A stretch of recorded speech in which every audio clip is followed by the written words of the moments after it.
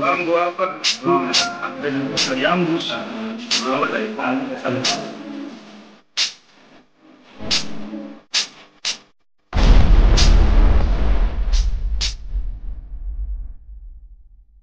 sana kwenye episode nyingine ya podcast ya Mambo Vipi. Kama tunavyojua, kama nilivyojitambulisha hapo nyuma, mimi naitwa Oswald au naweza kuniita Tovuti. Topic ya leo ambayo nataka tuizungumzie kidogo ni topic ambayo najua mara nyingi haiongelewi sana. Ni topic ya kuachwa, kuachana, kuacha, kuachika, umeona. Inabidi tuzungumzie vitu ambavyo vinatokea watu wakiachana, wakiachwa, wakiachika.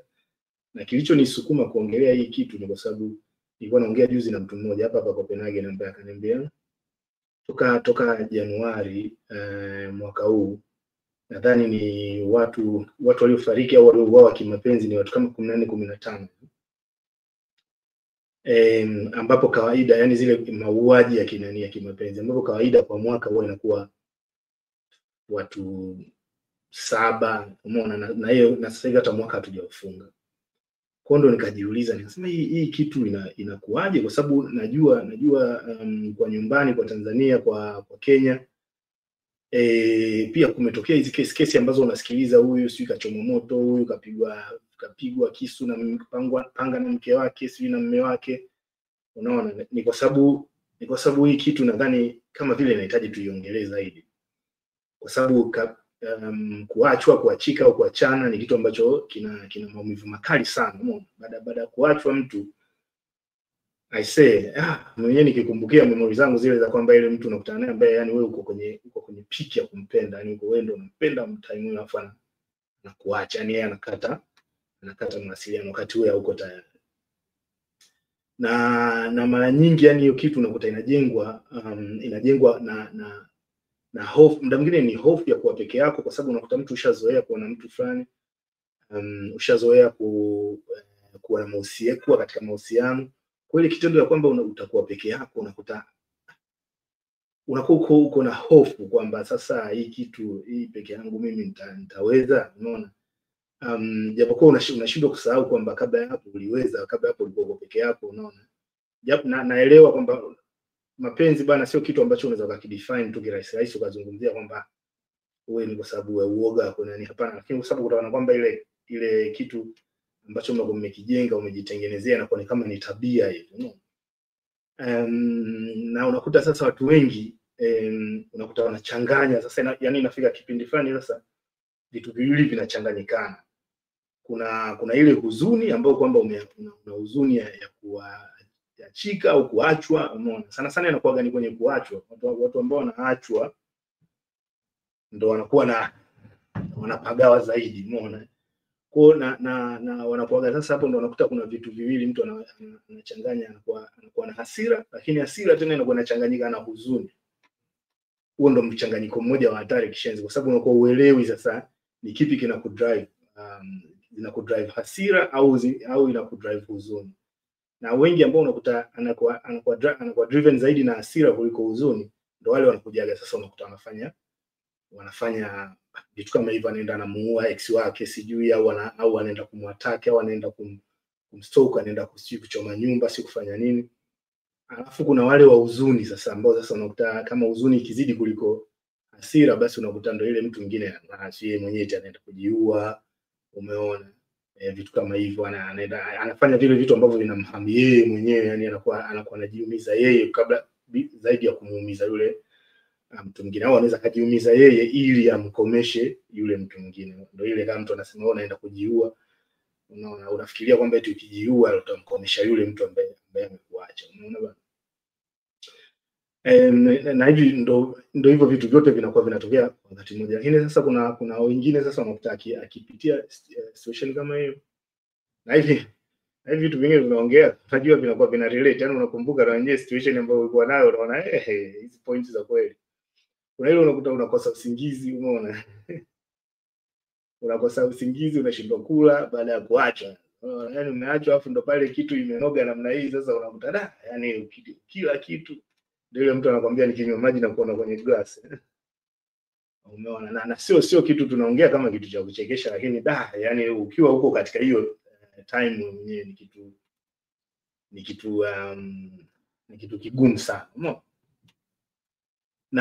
Na watu wengi ukiwa umeachwa, sana sana ukiwa umeachwa, umeona, kinachokuwa kinawafanya watu wengi wawe bado yani wanataka kujua ile, anajaribu kama ile watu wanafanya ku-stalk na nini, ni kwa sababu hata anakuwa ameachwa bila maelezo ya kutosha, kwa sababu mara nyingi mtu anapokuwa anamwacha mtu mwingine ni vigumu kueleza maelezo ya kutosha, mimi kwa jinsi ninavyo imagine, kwa sababu mtu akikuacha anakuambia, anakupaje maelezo ambayo atakutosheleza? Unajua, na kama wewe tayari, kama wewe uko kwenye mapenzi na unampenda huyo mtu, hakuna maelezo ambayo atatoa ambayo yatatosha. Kwa hiyo utakuwa bado unajisikia kwamba kuna ile sijapewa maelezo ya kutosha. Umeona bana? Kwa hiyo unakuwa bado unahitaji maelezo ya zaidi, unahitaji uelezo zaidi, kwa nini umeachwa, umeona, unahitaji uelezo, yani nimepungukiwa nini, unaona, yani tatizo ni nini, unakuwa kila hata ukipewa hizo sababu na nini inakuwa haitoshi, unapata swali lingine. Na haya mambo ya kuuliza maswali, kujiuliza maswali mengi inakuwaga ni baada ya ile ya kuachwa ghafla. Japokuwa mimi nasemaga kitu kimoja, watu wanasema si unaweza kaachwa ghafla na nini, hakuna ishara yote. Kweli inaweza katokea, kwa sababu inawezekana mtu ameenda labda amekutana na mtu mwingine, amempenda zaidi, unaona, kaamua akuache wewe, unaona. Lakini pia kuna ile unakuta tu mtu tu mentally amemove on, labda yeye katika mishi zake yeye anaona yeye hapo hayupo katika hapo ambapo mlikuwepo, unaona. Kwa sasa akiondoka ile, akija akikwambia bana nimekuacha, na kama hivyo, bora hata mtu anayekuambia nimekuacha, kwa sababu mimi niliachwa mara moja kwa kuambiwa ile kwamba bana nimekuacha. Ilikuwa ngumu kidogo. Sasa ile ya kuambiwa ndio unaanza bana niambie, yani inakuaje, yani unakuwa kama vile unajiuliza kama huyu mtu kweli ana uhakika anachosema au anazungumza, yani unaona. Lakini hata akikuacha tu bila kukuambia, ndio ile sasa itakuja kitu ya kujiuliza kwamba mbona hakukuwa na ishara, mimi mbona nilikuwa naona uko sawa, umeona. Sasa ukiachwa sasa ndio unaanza kurudi nyuma ile kimawazo na kujaribu kufikiria, unaanza kujihukumu sasa mwenyewe. Kwanza, hatua ya kwanza unakuwa unajihukumu mwenyewe. Na katika kujihukumu sasa kuanza kujiuliza kama mimi labda sitoshi. Unajua ile kujiona kwamba mimi sitoshi, yani labda unaanza kutafuta ile mapungufu. Inawezekana labda ujamaa au dada ameniacha kwa sababu mimi sijitoshelezi, au mimi niko duni, au kuna kitu fulani mimi ninakosa, umeona. Kwa inakuja unajiwekea wewe mwenyewe lawama na kujiongezea wewe mwenyewe ile uchungu, kwa sababu wewe mwenyewe ukiwa unajiona hauna maana, wewe mwenyewe ukiwa unajiona uko duni, basi inakuwa real zaidi, unaona. Unakuwa unaona zaidi kwamba of course, sasa unarudi unaanza kuangalia, unaona labda kwa sababu ya hivi, na kama ukiambiwa kwamba yule mtu labda amemove on na mtu, labda wewe ulikuwa mfupi, amemove on na mtu mrefu, unaanza kulaumu mfupi, au amemove on na mtu mfupi afu ulikuwa mrefu, unaanza kulaumu mrefu. Kwa hiyo unakuwa unatafuta tu sababu ile ya kujipa wewe mwenyewe lawama, unaona.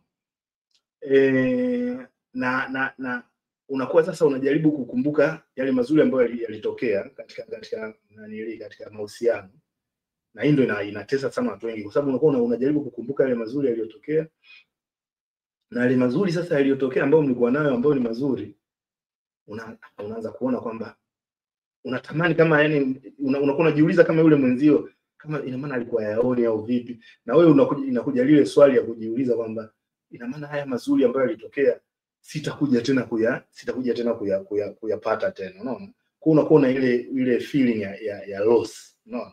Kwa unakuwa unaendelea kujilaumu wewe mwenyewe, unaendelea kujilaumu, hii itakuwa ni kwa sababu yangu, unaona, sio kwa sababu ya huyu mwenzangu, sio kwa sababu ya mapungufu yake, sio kwa sababu lakini ni kwa sababu yangu, unaona. Na wengine sasa kwa opposite, hizo zote point nilizoongea, kwa opposite kuna wale ambao Sasa wenyewe katika kila point anakuwa anaangalia jinsi ya kumlaumu yule mwingine, umeona? Yani yeye anakuwa akiangalia anasema maana huyu akumbuki yale mazuri ambayo tulikuwa tunafanya, na maana yeye akumbuki hichi, na maana akumbuki hivi. Alafu baadaye anakuwa anamlaumu yule kama vile yani, kwa hiyo inakuwa ndio hivyo, inakuwa aidha unajilaumu mwenyewe au unamlaumu mwenza. Umeona baba?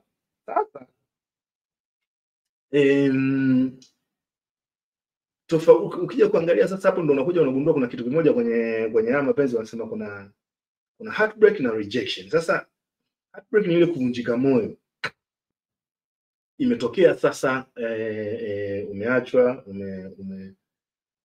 umeachika, umeona. Sasa kwa wewe ambaye umeachwa, sasa ndio ile unaona moyo unavunjika kwamba bana, yani huyu mtu ambaye nilimpenda au nilifanya hivi, umeona, amefanya namna hiyo, umeona. Kuna ile feeling ya kwamba sasa kwamba kuna rejection, kwamba bana labda mtu amenireject, yani huyu atakuwa amenireject, ndio maana imekuwa hivi, unaona. Kwa unaona kama vile ile katika vitu za kujisikia kama vile hauhitajiki, unaona, ambao ni kitu mbaya sana, na inaathiri pande zote mbili. Inaathiri yule mtu ambaye ndio yule ambaye nimesema kwamba anajichukua kwa kwenda kumlaumu mwenzie, au yule ambaye anajilaumu yeye mwenyewe. Na sasa unakuta sasa katika hivi vitu, kwa mfano kama hizi kuvunjika moyo na hizi mambo za heartbreak hizi na rejection na nini, sasa unakuja sasa zinaleta hadi kuna athari zinaleta za kimwili, unaona.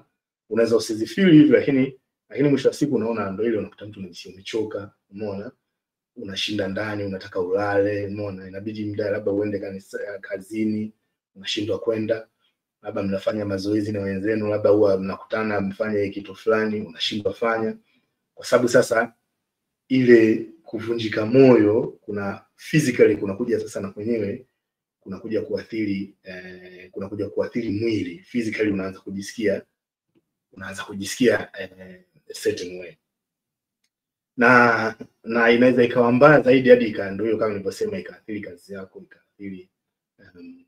ikaathiri mahusiano yako mengine na nini. Sasa katika kuachwa, lakini inabidi lazima tujue, kwa sababu kabla tukizungumzia tu hivi inaonekana kama ni rahisi watu kutafuta kumlaumu mwingine, umeona, au kujilaumu, lakini kuna sababu za kuachwa, unaona. Na sababu za kuachwa ni muhimu kuziongelea, kwa sababu kitu ili uweze kukitibu, au kama kitu ili uweze kudili nacho, inabidi udili na sababu, unaona. Ukishadili na sababu, inakuwa rahisi kutibu sasa ile tatizo lenyewe ambalo ndio tatizo kuu. Sasa sababu za kuachwa, kawaida ukienda ukimuuliza mtu tofauti, yani unaweza kuta hao watu wawili ambao walikuwa wako kwenye mahusiano, ukaenda ukawauliza wenyewe labda uhusiano wenu kuisha ni kwa sababu gani, wote hao wawili wakatoa sababu mbili tofauti. Sababu ambayo atatoa huyu mmoja ni tofauti na sababu aliyotoa huyu mwingine. Lakini unaweza kukuta watu kweli labda walikuwa wapendana au wamefikia kipindi wanachukiana, na inaonekana kama kuna kitu common changia kuvunjika kwa nani mahusiano, lakini ukienda kuongea nao unakuta kila mmoja, lakini basically kiukweli kabisa kuna kuaga na sababu kuu kabisa za kufanya hiyo kitu itokee. Cha kwanza, kuna kutokuelewana na kuwa na mawasiliano mabovu. Na hii ya kutokuelewana na kuwa na mawasiliano mabovu ni watu wengi wanawahi kufikiria kwamba mawasiliano mabovu ni kwamba eti mtu kuandikii message labda the way alikuwa anakuandikia, kwa sababu unaweza kukuta mtu labda alikuwa anaandikia labda mapenzi wakati labda yanaanza, au watu mko pamoja, au labda kipindi fulani kimepitia, labda mtu fulani amepitia kipindi kigumu, haja kuandikia message, wanafikiria mawasiliano hivyo. Hapana, yani mawasiliano mabovu kwa maana ya kwamba ushawaona watu wanawasiliana kwa kupishana, yani mtu mmoja anasema kitu, yeye anajisi anakisema kizuri, lakini mtu mwingine ana react, anaona kama vile huyu anaongea kitu kibaya. Yani unakuta message ambayo intention yake ilikuwa hivi inafika hivi, na ambayo ilikuwa intention yake iko hivi ilifika hivi, kwa sababu namna ya kuwasiliana, namna ya kufikisha point kwa mtu mwingine, unaona. Na katika mahusiano inaweza kafika kipindi watu mkao yani mnashindwa kufikishiana point, umeona. Huyu akisema hivi vile, au mwingine anavyozungumza, mwingine anamchukulia mwingine kama, unaweza kujisikia kama uheshimiki katika mawasiliano. Kwa hiyo unakuta inasaidia kitu cha kwanza ambacho kinasaidia kuvunjika kwa mahusiano au kuachwa au kuachika au kuachana, si ndio? Lakini cha pili ambacho ni kikubwa sana kwa sasa kwa jamii zetu za East Africa ni issue ya uaminifu, umeona? Uaminifu kuvunjika. Hii amini usiamini, kwa Afrika inaweza mtu anaweza hizo mambo za cheating na nini, unakuta mtu sasa kutokana na culture yetu ilivyo, mtu unakuta yuko kwenye ndoa yani amechitiwa yani mapema nini yani, lakini anadumu kwa sababu anabaki kwa sababu ya ile jinsi kutunza heshima ya familia, yani ile bana familia ibaki na nini, kwa unakuta mtu amebaki na ndio maana hizi ndoa au mahusiano au mapenzi ya Afrika yakivunjika, anavunjika hatari zaidi, kwa sababu inakuwa kuna kuvumiliana kwingi. Kwa hiyo unakuta mtu akifikia ametosheka, yani ametosheka kweli, yani amejaa. Umeona, kuna hizi siri vitu, unakuta mtu anafanya vitu vya chini na nini ambavyo mtu mwingine havijui. Lakini unakuta pia kuna sababu nyingine ambayo ukiachana na hiyo na mambo ya kucheat na hizo secrets zingine, kwa sababu kucheat hiyo tutazungumzia tena zaidi kwa sababu ni mapana zaidi. Kucheat si tu kwenda kutembea na mtu mwingine, kuna kucheat kwa aina nyingi. Lakini pia unakuta kuna mabadiliko ya malengo katika maisha. Unakuta wewe mtu umekaa naye, mlikuwa na malengo haya kwa pamoja ambao mlikuwa mnataka mfanye, lakini unakuta mtu mwingine tena naye amebadilika, anataka malengo yake mengine na yeye anataka yake. Kwa hiyo sasa baadaye unakuta mnapishana namna hiyo. Unakuta mnapishana namna hivi, inaweza kachangia pia kuvunjika au kuachika. Sasa kwa Afrika na Tanzania na yani hivyo East Africa na Afrika kwa ujumla, kuna sababu nyingine ambayo inaweza ikawa inakuwa ni kubwa, ambayo ni shinikizo lile la familia au dini, unaona? Unakuta dini, na wewe umempenda mtu, mmekaa pamoja, lakini dini huyu inabidi abadilishe dini ndio muweze kuwa sawa. Yaani unakuta familia yako hawamuelewi mtu mpaka awe labda Muislamu, mpaka awe Mkristo. Familia unaweza kukuta kwamba kuna ile mob mentality, inabidi labda wewe uko na huyu labda wanamuona vipi, ni familia yetu tatuaibisha, vitu kama hivyo. Kuna pia sababu nyingine ambayo inasababisha watu kuachana au kuachika, ndio hizo issue za kifedha. Na issue za kifedha ziko pande zote mbili. Kuna ile mtu unaweza kukuta kwamba anakosa fedha, labda utakuaje na mtu ambaye hana hela, umeona? Lakini pia kuna ile unaweza kukuta mtu mwingine anakaa nakuta huyu mpenzi wangu mbona anapenda hela, yani yeye yani yeye hivi nipe hela, ni hivi nipe hela, yani umeona, yani anataka. Kwa hiyo unaweza kukuta yule mtoaji hela akamwacha mpokeaji hela, au mpokeaji hela akamwacha mtoaji hela kwa sababu mtoaji hela atoi hela ya kutosha, umeona? Kwa hiyo issue ya hela inakata pande zote, na unakuta kama mjaelewana kwamba ni vipi hizo masuala ya hela zinaendaje, basi unakuta watu mnaacha. Hizo ni baadhi tu, lakini kuna kubwa ambazo yani ni sad kwa sasa kwa Afrika, kwa sababu kama hivyo issue za unyanyasaji, umeona, wa kijinsia, unyanyasaji wa kihisia, kwa sababu kuna unyanyasaji wa kijinsia, unaona, yani mtu anafika tu ile bana, wewe ni mwanamke basi hivi fanya hivi, umeona, yani wewe hivi. Kuna kuta mkiingia kwenye mahusiano moja kwa moja inakuwa moja kwa moja yani kunakuwa na utofauti, kwa sababu wewe ni jinsia hii basi wewe unaamua zaidi, wewe unafanya hivi. Lakini kuna unyanyasaji wa kihisia pia, mtu ajali vile ambavyo unafikiri, ajali vile ambavyo una feel, vile ambavyo hisia zako zinavyoenda. Lakini kuna unyanyasaji wa kimwili, ndio ile mtu anafika, wewe unamwambia leo usijisikie, anakuambia bana twende, yani anajijali yeye, anaacha kujali mtu mwingine. Kwa hiyo unakuta hiyo kitu kikifanyika kwa muda mrefu, basi na hizo feelings na nini zinapotea, basi watu unakuta wanaachana. Alafu pia kuna kitu kingine, ile kuna aidha tamaa ya kuolewa, umeona, au uhuru wa kutokuwa tayari kuolewa au kuoa, umeona. Kwa hiyo sasa unakuta mtu mwingine anasema tu bana, mimi bana tuwe pamoja, mimi na wewe tunapendana. Na sasa hivi ndio tradition, yani utamaduni zinavyoenda ndivyo inazidi kuwa kawaida. Mimi nataka kuwa na wewe kwa muda, tukae bana, kwa nini tuharakishe kuoana au kufunga ndoa, umeona. Sasa mtu mwingine anaona bana, wewe mimi inabidi tuoane tufunge ndoa ndio tuwe pamoja. Kwa hiyo unakuta mtofautiano unaweza ukawatenganisha pia. Lakini pia uhuru, unaona, jinsi ya kuchagua kwamba je, una uhuru wa kuchagua, una uhuru wa kusema, wa kuongelea hivyo vitu ambavyo unataka vifanyike, unaona. Alafu kikubwa yani sana ni uvivu wa kuwekeza kwenye mahusiano. Na hii watu wanafikiri kuwekeza ndo kama hiyo nimesema, wengine wanafikiria kuwekeza ni financially tu, bana twende tukalebata, au bana mpenzi wangu ninunulie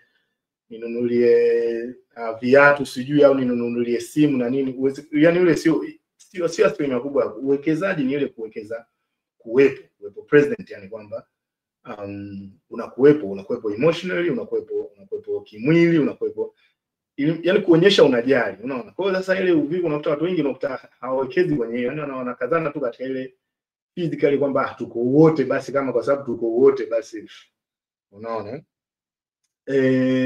Na kuna kuachana kwingine ambako ni kuachana kutokana na umbali, yani wewe mtu uko mmoja uko Nairobi, mwingine uko Kampala. Kwa msipokuwa na misingi ya kuamua kwamba bana, hii uhusiano wetu unahusiana na umbali, kwa hiyo ili tuwe pamoja inabidi tuzingatie vitu hivi, basi unakuta automatically hicho kitu kinaweza kikavunjika, unaweza mkaachana na vitu. Lakini kuna kikubwa zaidi ambacho watu hawakiongelei sana, ni kupungua kwa mapenzi. Yani kwamba inafika kipindi mtu yani inafika kipindi unaona kwamba huyu mtu mimi mapenzi yangu kwake yamepungua, unaona. Na ni vigumu sana, watu hawataki kujadili hapa, sijui ni kwa sababu gani. Kwa sababu kwa tamaduni za nchi zilizoendelea ni kitu ya kawaida kabisa kuizungumzia, kwa sababu kama hisia na mapenzi yamepungua, obviously mtafika kipindi itavunjika. Na kama hakuna uhuru wa kujadili, ndio tulizozungumzia nyuma, kama hakuna uhuru wa kujadili feelings na fikra na nini, watu wana nini, basi unakuta hii kitu kama hii hapa inakuwa haijadiliwi, na kama haijadiliwi basi, kama mjadili basi unakuwa mnaachana, mnashindwa kuelewa nini kimetokea, lakini kumbe kiukweli ilikuwa tu ni feelings zimeisha, unaona bwana.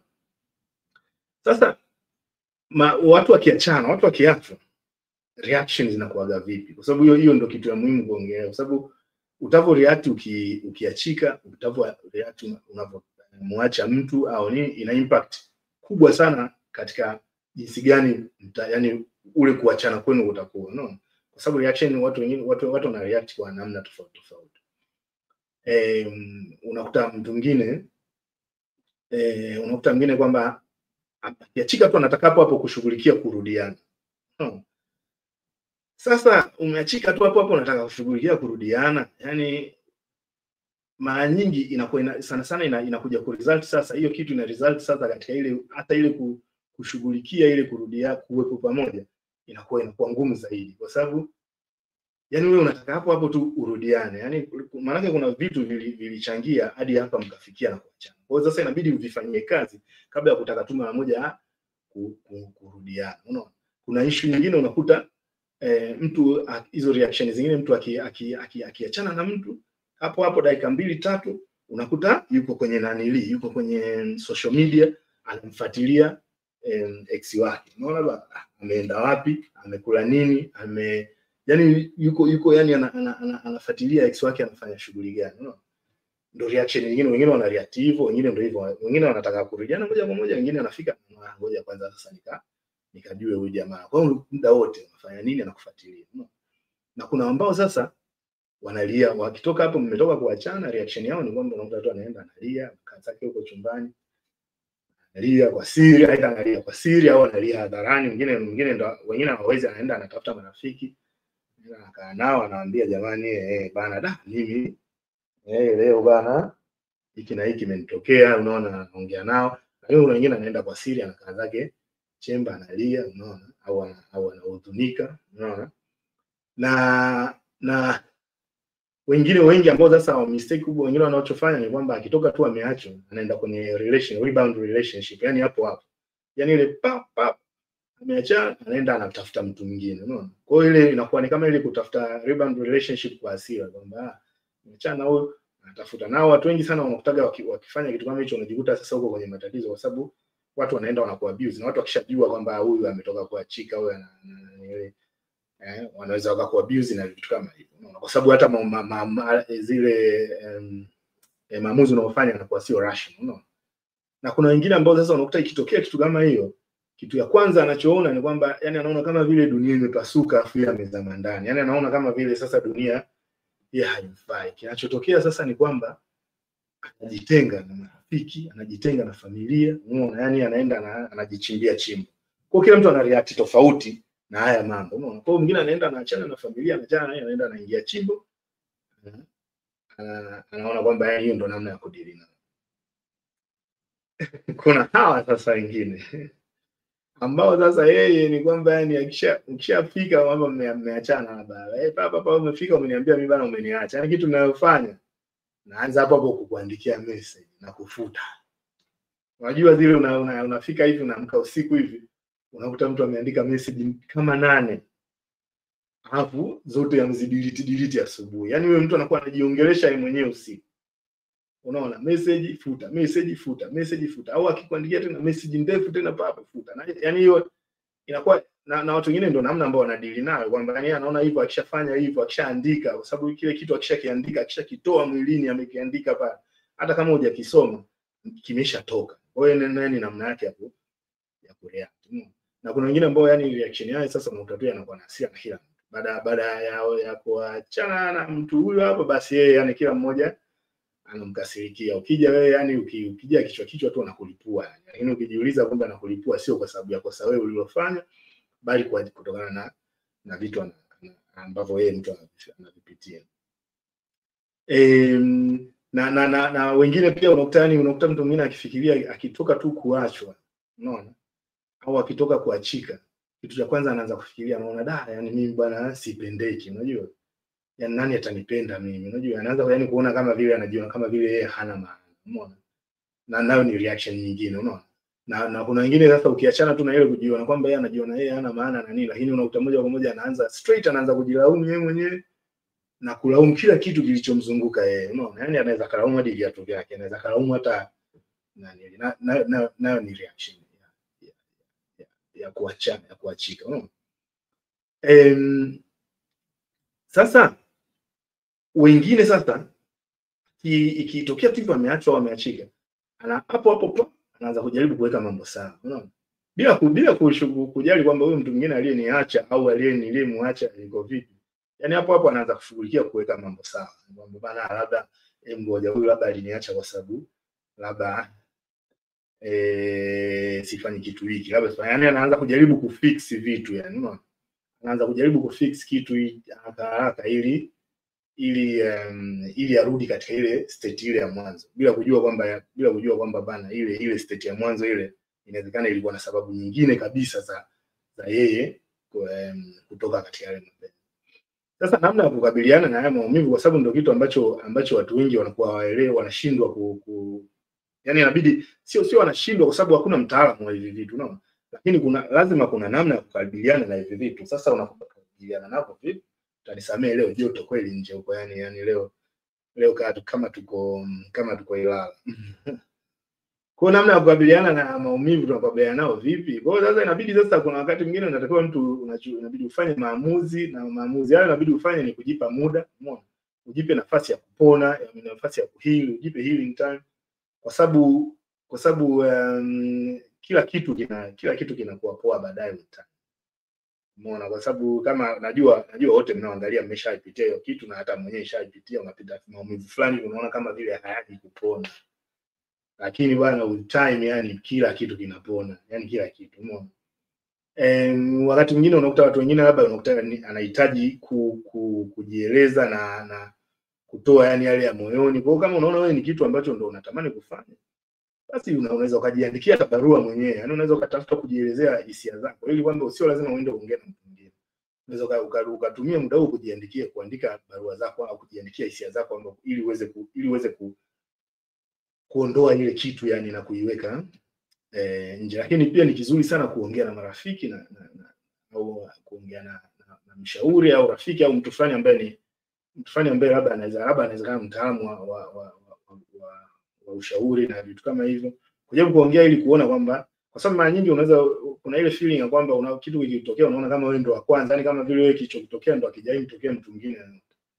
Lakini baadaye unakuja kugundua kumbe watu wote wanapitia hivyo vitu. Kwa hiyo kwa kupitia watu wengine unaweza kujifunza na kujua namna ya kudili nayo. Lakini kitu cha muhimu zaidi pia ni kwamba inabidi ujitunze. Yani inapotokea pale kuachwa au kuachika na nini, cha msingi ujitunze. Hakisha unakula vizuri, hakisha unapata usingizi wa kutosha, jilazimisha, hata kujilazimisha, chukua hata vidonge vya usingizi vitatu, pata usingizi wa kutosha, fanya mazoezi, hakikisha unajichosha, unaona bana, kwa sababu hivyo ndio vitu ambavyo vitakufanya angalau upunguze ule muda wa kufikiria sasa ule mtu mwingine, ambao sasa ukiingia kwenye yale mawazo ndio yanakuumiza. Ndio kama kwa watu wengine unakuta sasa wanaume sisi ndio unakuta unaenda kufanya mambo ya violence na nini ambayo hayana maana, umeona vitu kama hivyo. Kwa hiyo ukishajiweka keep busy, unakuta unaweza ukadili na pia unaweza inakupa nafasi ya kukubali maumivu na badala ya kuyakimbia. Kwa hiyo unakuwa kama vile yani unaya accept maumivu na sio kuyakimbia, unaona. Na kwa kufanya hivyo unaweza kufanya vitu vingine, unachoweza kufanya ukasikiliza muziki, unaona, unakufariji, au mwingine sometimes hata ambao unakuuliza, unaona, hata muziki unakuuliza yani, ambao kwa sababu inawezekana unahitaji atoke yale machozi, umeona, kutoka yale machozi inawezekana kwako ndo kujiponyesha kwako, kwa sababu kila mtu ana sababu, ana namna zake za kuweza kuondoa hiyo hali, umeona. Inabidi ujiepushe na vitu negative na nini, usijaribu kujilinganisha wewe na watu wengine. Gundua kwamba kila mtu amepitia situation kwa namna yake, na wewe unaweza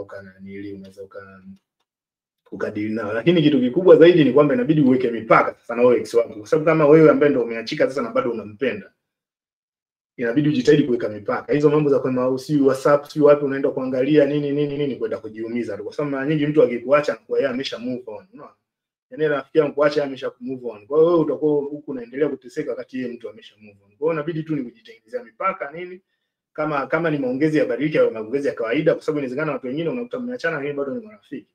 Na hii ni kwa wenzetu sisi, kwa wenzetu ambao wetu wazungu ambao wanaishi huko, ni kitu ya kawaida. Yani mtu anaweza kaachana leo wakaandaa na party ya kuachana, kwa sababu yani kutokana na wanaongelea na kwamba yani kuachana sio ndo kuwa maadui, umeona. Na inatakiwa pia kama hivi, kwa sababu uhakika wewe sio mara kwanza kuacha. Yani hata ukiachwa hapa sasa hivi kwa mfano, inabidi ujaribu kujifunza kutokana na mahusiano yaliyopita na kwa nini ilitokea vipi hadi ukawa huko hapa na hapa. Ukitokea hapa inabidi uvichukue baadhi ya vitu hapa, uende baadaye mahusiano yako ya mbele, kwa sababu huwezi jua, sio kwamba tu ukitoka hapa utapata mtu wa kuwa naye pamoja. Pia unaweza kukutana naye wewe ukaa naye mkazingwana. Kwa hiyo inabidi vile vitu ambavyo unajifunza kutokana na kile kitu ambacho unakipitia data, umeona. Sasa wenzetu ndio hiyo nilisema kwamba wenzetu sisi ambao hii kitu kidogo Afrika sio sana. Sijui kama sasa hivi ni ile kitu ya conscious breakup ambao ni kwamba mnaachana kwa amani. Yani mnakaa chini mnaongea kabisa kwamba bana, sikia bana, hii kitu iko hivi na hii kitu iko hivi na hivi na hivi. Unaona wewe bana, hivi inaonekana wewe una shida zako au sio bana? Na kila ukienda baa utaki kuwa na mimi, umeona, na inaonekana kabisa kuna siku nyingine unalala huko nje kabisa, najua inawezekana unalala na watu wengine. Kwa hiyo sikiliza bana, tuwe wawazi, tuwe wa kweli bana, mimi naona tuachane. Na hiyo ni bora kushughulikia hiyo kuachana kwa amani, kwa sababu kuachana kwa amani kunaleta maelewano na pia kunaleta kuheshimiana, kwa sababu sasa at least mtu anajua kwamba bana, okay, umeniheshimu, yani kwa kukubali kwamba bana hivi tuachane na nini tumeheshimiana. Mnaweza mkapanga mkaongea kwamba mkapanga, yani unajua kama vile ambavyo mlipanga ku date siku ya kwanza mnakutana mkapanga huwa pamoja. Pia inatakiwa pia inawezekana sometimes mnaweza mkakaa chini mkaenda mkanunua kahawa mkakaa kikao cha kuachana. Kuna kitu kingine ni kwamba vizuri, yani ile kwamba yani kutovunjana moyo zaidi, kwa sababu sio kisa eti mtu mmeachana basi kuna ile kwamba wewe nani, wewe utafika wapi, wewe bila mimi uwezi. Yani hakuna sababu, kwa sababu kiukweli ni kwamba mtu kama wewe uliweza kufika pale na ukamkuta, umeona, na ukamkuta yuko happy na ukamkuta ana shine anang'aa, na ndio maana hadi ukampenda. Yani wewe ukiondoka unadhani kwamba kwa nini hata anaweza akakutana mtu mwingine na wewe mtu mwingine pia akamwona ana shine, na hata wakati uko naye inawezekana kuna watu wanamuona ana shine wanafanya hivi. Kwa hiyo ile feeling ya kujifanya kwamba mimi ni irreplaceable na kuvunja mwenzio moyo haina maana, umeona. Lakini pia unaweza mkaachana lakini mkaomba na msamaha. Unaona watu ndio hiyo, watu wanashindwa kuelewa kwamba bana sawa bana, samani yani hivi bana, sawa bana, jeni tunaachana na nini, lakini bana kabla ya kuachana yani acha nikwambie kwamba pia samahani kwa niliyokutendea, unaona. Yani japokuwa tunaachana sio eti ndio niondoke kibingwa eti kwamba vipi. Unaweza kaomba msamaha kama wakati unaachana kwamba bana samahani mimi nimefanya hivi na hivi, samahani mimi nimechangia kuvunja huu uhusiano, umeona, na najua labda tulipofikia hatuwezi kuendelea pamoja, lakini nimechangia, unaweza kaomba msamaha. Na hii ndio kitu wanaume wanajifanya kama manunda sana wanataka kufanya, lakini ni kitu ambacho ukifanya ni poa, kinaweza kufanya mkawa na uhusiano mzuri baadaye. Sasa mkiwa na watoto vitu kama hivyo, yani vitu ambavyo it goes without saying, umeona. Kwa hiyo natakiwa mtakiane mema bila chuki, sio unakaa tu ile yani kwamba sio lazima kila kuachana kuwe na vita, umeona. Kwa sababu mimi wanawasimuliaga watu kwamba mimi hivyo niliachana na ex wangu, baada ya kuachana na ex wangu baada ya mwaka mmoja na nusu, akanialika kwenye birthday yake, nikamwalika kwenye birthday yangu, akaja akapata boyfriend wake tu, vipi, safi, kwa sababu tuna mtoto. Kwa hiyo ikabidi nikaenda kukutana, kwa sababu boyfriend atakuwa na maisha na huyu, yani atakuwepo katika maisha ya mtoto wangu. Kwa hiyo unaona nikakutana na huyu jamaa, yani huyu jamaa ni nani? Kwa hadi harusi yao nimealikwa, umeona, yani safi tu. Kwa hiyo hiyo inawezekana. Ile kurudiana kwa sababu ile maumivu ni kitu hatari kisha, kwa sababu unarudisha feelings, unakuwa unajigandisha kwenye feelings zile ambazo zipo. Kwa hiyo ina maana kama mkirudiana au kama mliachana kabisa, afu mkitaka kurudiana, mjue mmerudiana kwa sababu work on some zile basic vitu ambavyo viko vinasababisha pale mlipokuwepo, inabidi mfanyie kazi. Lakini ile rebound ile tu eti kwa sababu mnani basi. Juzi nilikuwa namsikiza mtangazaji wangu mmoja hivi na kwenye kipindi cha redio cha Tanzania, anasema kwamba kwa akitoka akilewa, umeona, anamwandikia jamaa yake akiamka asubuhi anajuta. Umeona, lakini pia ile mambo ya kutoka eti kwa sababu mmeachana basi unatoka unaenda kumchafua mtu, unaona, hata kama vitu ambavyo sio vya kweli tunaanza kumchafua mtu tu, yule bana mbwa sijui jini. Nakumbuka kuna memes kwa zinazunguka Tanzania, si ex wangu si afe, sio haisaidii kitu. Sasa akifa itakuwaje? Kwani akifa utampata mwingine ndo hata kuacha? Kwa hiyo haina maana. Na yule mtu ambaye unamwombea unasema afya au nini, ni mtu ambaye unaweza kuta baadaye labda ndo mngeweza kurudiana. Na kwani wangapi unakuta waliachana na wamerudiana, alafu unakuta ndo wameishi pamoja, na kama mna watoto vitu kama hivyo. Sasa kama mna watoto inabidi lazima mshughulikie hizo issue, kwa sababu mwisho wa siku kama mna watoto nyinyi watu mko katika maisha yenu, yani hamtaachana hadi, yani mtaachana physically kwa kutokuwa wapenzi, lakini mtakuwa pamoja yani for long time. Kwa hiyo ni vizuri tu kuhakikisha hayo mahusiano yako sawa, kwa sababu mtakuwa na miaka 70 80, yani mtaitwa kwenye birthday pamoja, umeona, nyinyi mko pamoja, umeona. Kwa hiyo mtakuwa pamoja, mtakuwa mna cross path mara nyingi sana, mtaenda kwenye birthday za wajukuu. Kwa hiyo ni vizuri kudili na hizo issue. Na inabidi kuelewa kwamba katika maisha kuachana au kuachwa sio kushindwa, umeona, au sio yani umeachwa basi wewe kwa sababu basi wewe ni mtu si wa ajabu, hapana. Yani ni hatua tu katika maisha, kama vile ambavyo ulianza kutambaa ukaacha kutambaa ukaanza kutembea, umeona, ukawa unakimbia, na sasa hivi ndio hizi watu umri zinaenda hata kukimbia kwenye tunaanza kuacha pia. Kwa vitu kama hivyo ni hatua tu kwenye maisha, ni hatua ya kujifunza, na inabidi ujaribu kujifunza kujipenda tena wewe mwenyewe, ujifunze kujipenda tena mwenyewe, ujifunze kupenda watu wengine around wewe, umeona, kwa sababu huyu mtu ambaye ulikuwa unampenda sasa mapenzi yameisha. Kwa hiyo inabidi ujifunze tena kupenda watu wengine, kuwapenda kwa sababu nyingine, umeelewa, kuelewa thamani yako wewe, kuelewa thamani yako ndani ya mahusiano ilivyokuwa, thamani yako nje ya mahusiano, kwa sababu sasa umetoka kwenye yale mahusiano, thamani yako ni ipi, umeona. Inabidi uweke malengo mapya kwenye maisha sasa, kwa sababu sasa umeshatoka kwenye ile, sasa umeingia kwenye situation nyingine.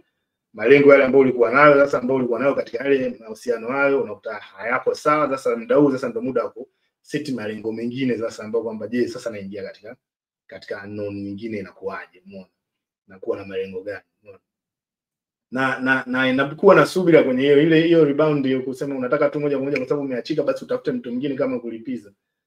Unajikuta huko kwenye loop ile ndio mara kesho umeitwa malaya, mara kesho umeitwa kicheche, mara kesho umeitwa nini, kwa sababu unakuta unahangaika au unataka kurebound, unataka kuonyesha tu kwamba unaweza kuwa kwenye mahusiano.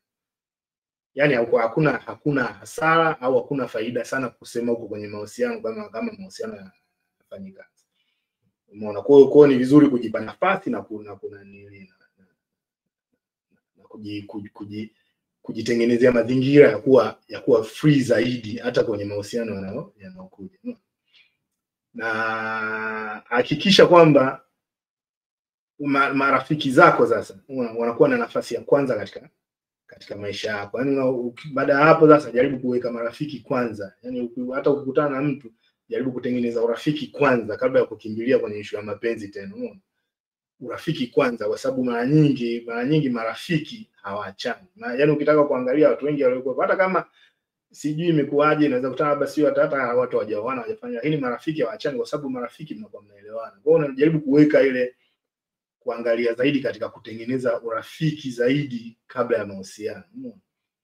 Alafu na kuhakikisha kwamba moyo wako sasa hapo, maana baada ya hapo sasa ukishakuwa na marafiki watu wamekuzunguka, sasa ndio unaweza kufungua sasa moyo kwa ajili ya upendo na nini na vitu kama hivyo, mambo ya mapenzi. Unaona?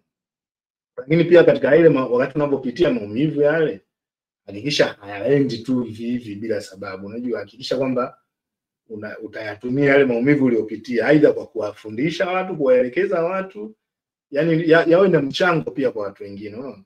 Kwa maumivu yako inabidi yani yawe ni kama ni somo kwa watu wengine, kwanza somo kwako, lakini uweze kuyatumia kama somo kwa watu wengine, ili isiwe tu ni kitu fulani ambayo iko wasted. Ndio maana kama hapa unaona mimi nimejaribu, kwa sababu kubwa hii video kutengeneza ni kwa sababu imenikumbusha moja wapo ya situation ambazo nilikuwa nimepitia mimi katika hayo maisha ya mapenzi. Kwa hiyo unaona ukipitia katika vitu kama hivyo, unajua na sio unapitia mara moja, tumepitia mara nyingi. Yaani ukikutana na mtu yani ambaye yuko umri kama wangu, yani mara 5 6 umepitia. Kwa hiyo sasa unaangalia hivi vitu ni vizuri tukaviongea, kwa sababu kuna watu kabisa wanaona yani baada ya ile kitu kutokea naona maisha yake ni bure kabisa. Yani mtu anatoka anaamua, mwingine anaenda kujiua, mwingine ndo anatoka anaenda kuua mtu mwingine, anaenda kufanya mambo ya ajabu, sikata mtu napanga, sifanya nini. Ni kwa sababu hivyo vitu wamevi-internalize, wameviweka tu ndani, hawajaweza kuamua kwamba hivi vitu kuvitoa nje na kujaribu kubadilisha viwe positive zaidi kuweza kusaidia wengine. Kwa hiyo ndo maana katika hii episode nikaona nizungumzie hiki kitu, na point kubwa hii episode ni kwamba ukiachwa, kama nilivyosema, ukiachwa achika. Umeona? Ndio point kubwa ya ku take home. Ukiachwa achika, hakikisha una work on kuachika ili uweze kuanza maisha mapya. So unaachwa alafu unajigandishia tena, yani uko bado tu unataka kuwepo tu. Umeona? Mtu ushaachwa bado umeganda. Hii ni mambo vipi? Au sio bwana? Siku nyingine tena.